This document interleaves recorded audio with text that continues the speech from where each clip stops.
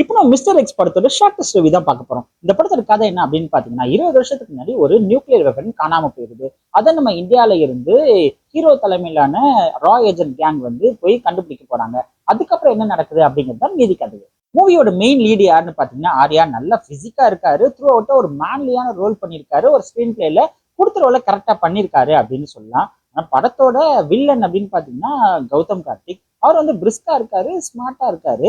But இருந்தாலும் படம் ஃபுல்லாவே ஹீ அப்படின்னு சிரிச்சுக்கிட்டே இருக்காரு. ஏன்பா அவர் சிரிச்சுக்கிட்டே இருக்காரு அப்படின்னு யோசிச்சா டிஃப்ரெண்டா வில்லனை காமிக்க ட்ரை பண்ணியிருக்காங்களாம். சரத்குமாரோட கேரக்டர் வந்து ஒரு சின்ன கேரக்டரா இருந்தாலும் கொடுத்த ரோலை ஜஸ்டிஃபை பண்ணியிருக்காரு அப்படின்னு தான் சொல்லணும். மஞ்சு வாரியரோட கேரக்டர் பாத்தீங்கன்னா வந்து ஆக்ஷன் பெர்ஃபார்மன்ஸ் ரொம்பவே சூப்பரா மெனக்கிட்டு நல்லா பண்ணியிருக்காங்க. பட் ஒரு சில இடத்துல கொஞ்சம் ஆர்டிபிஷியலா நடிச்சிருந்தாலும் ஹீரோ மட்டுமே நம்பி இருக்கிற ஒரு கேரக்டரா காமிச்சிருக்காங்க.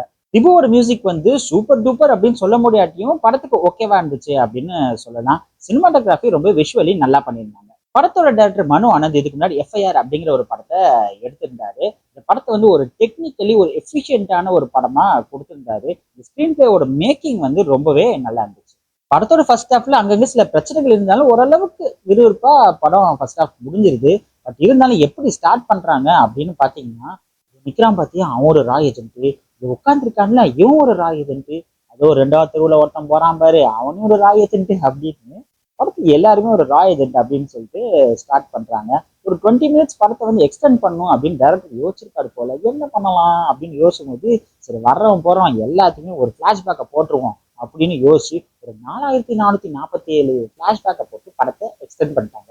ஃபர்ஸ்ட் ஹாஃப் ஆவது கொஞ்சம் மேனேஜபிளா இருக்கு. செகண்ட் ஹாஃப் பாத்தீங்கன்னா இது ஒரு ஸ்பை த்ரில்லர்ப்பா, பயங்கரமா ஆக்ஷன் பேக்ட் பெர்ஃபார்மன்ஸ் எல்லாம் காமிக்கணும் அப்படின்னு யோசிச்சிருக்காங்க போல. ஃபார் எக்ஸாம்பிள் ஒரு சுச்சுவேஷன்ல வில்லன் கேங் வந்து ஒரு வீட்டுக்குள்ள போய் பயங்கரமா டார்ச்சர் பண்ண போகுது. அதை ஒரு போலீஸ் தெரிஞ்சுக்கிட்டு நம்ம போலீஸ் போர்ஸ் அனுப்பி எப்படியா காப்பாத்திடலாம் அப்படின்னு யோசிக்கிறாங்க. ஹீரோ அதை பார்த்துட்டு நோனோ அப்படின்னு 35 கிலோமீட்டர் ஓடியே போய் காப்பாத்த ட்ரை பண்றாரு. பட் அவர் ஓடி போறதுக்குள்ள வில்லன் எதுக்கு வந்தானோ அந்த காரியத்தை முடிச்சுட்டு வீட்டுக்கே போயிடுறான். இந்த படத்துல டைஜஸ்டே பண்ண முடியாத ஒரு மிகப்பெரிய பயங்கரமான சீன் ஒன்று இருக்கு. அதாவது என்னன்னு பாத்தீங்கன்னா, ஒரு மிலிட்டரி ஆஃபீஸரை பயங்கரமா பிளாக்மெயில் பண்ணி டார்ச்சர் பண்ணி இந்தியன் மிசைலோட ஆக்டிவேஷன் கோட் கேட்பாங்க. அவனும் டார்ச்சர் தாங்க முடியாம ஃபார் எக்ஸாம்பிள் ஏபிசி 347 அப்படின்னு அந்த ஆக்டிவேஷன் 6 டிஜிட் ஆக்டிவேஷன் கோட கொடுத்துருவாரு. இந்த வில்லன் கேங் வந்து அதை ஆக்டிவேட் பண்ணி மிசைல் அனுப்பிச்சு விட்டுருவாங்க. ஏ மிசைலுக்கு 6 டிஜிட்டல் தான் பாஸ்வேர்ட்லாம் இருக்குமா? என் போனுக்கே நான் பெரிய பாஸ்வேர்ட் போட்டிருப்பேன். நான் யோசிச்சு முடிக்கிறதுக்குள்ள அந்த மிசைல் எங்க தெரியுமா நிப்பாட்டி வச்சிருப்பாங்க? இந்த தண்ணி லாரி எல்லாம் வந்து ஒரு கிரவுண்ட்ல நிப்பாட்டி வச்சிருப்பாங்கல்ல, அந்த மாதிரி ஒரு கிரவுண்ட்ல சும்மா ஒரு லாரி மேல மிசைல் வச்சிருக்காங்க. ஆக்டிவேஷன் சக்சீடட் அப்படின்னு அனுப்பிச்சோன்னா அது ஒரு ஜொயின்னு போயிருது. அது வேற அந்த பைத்தியக்கார பாகிஸ்தான்ல போய் விழுந்துருது. ஐயோ இப்படி ஆயிடுச்சேன்னு சொல்லிட்டு பிரைம் மினிஸ்டர் மாதிரி அந்த மோடிஜி மாதிரி ஒருத்தர் கெட்டப் போட்டு வந்து பாகிஸ்தானுக்கு போனை போட்டு அரே மித்ரோ அது நான் பண்ணலேப்பா அப்படின்னு அவர் சொல்றாரு. உடனே அவனுங்க நம்ப மாட்டேன் அப்படின்னு புலம்பி போனை கட் பண்ணிடுறாங்க. உடனே வந்து வேர்ல்டு வார் 3 ஸ்டார்ட் பண்ணியே ஆகணும் அப்படின்னு வந்து கிளப்பிடுறாங்க. எப்பா ரா படம் எடுக்கிறீங்க சரி, அதுக்குன்னு இவ்வளவு ராவா யோசிக்காம இருப்பீங்க? படம் டெக்னிக்கலாவும் விஷுவலாவும் நல்லா இருந்தாலும் செகண்ட் ஹாஃப்ல வந்து லாஜிக்கே இல்லாத நம்ப முடியாத நிறைய விஷயங்களை காமிச்சதுனால இந்த படத்தோட நிறைய இடத்துல அந்த நம்பிக்கை தன்மை அதனாலேயே போயிருக்கு. ஆக மொத்தத்துல இது யாருக்கான படம் அப்படின்னு பாத்தீங்கன்னா, எனக்கு இந்த லாஜிக் எல்லாம் முக்கியமே கிடையாது. ஸ்கிரீன் பிளேல நீங்க என்னத்தை வேணாலும் காமிச்சுக்கோங்க.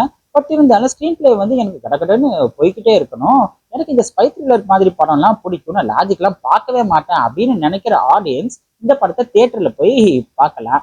மற்றபடி ஒரு பயங்கரமான ஸ்பை த்ரில்லர் படம் பார்க்கணும்னு நினைச்சு ஒரு நார்மல் ஆடியன்ஸ் போனீங்கன்னா அவங்களுக்கு இந்த மிஸ்டர் எக்ஸ் ஒரு ஆவரேஜ் எக்ஸா இருக்கும். தெரியுமா இவன் மாமா ஸ்பை பையனா பை இல்ல மாமா ஸ்பை, அதாவது உளவாளி மாமா.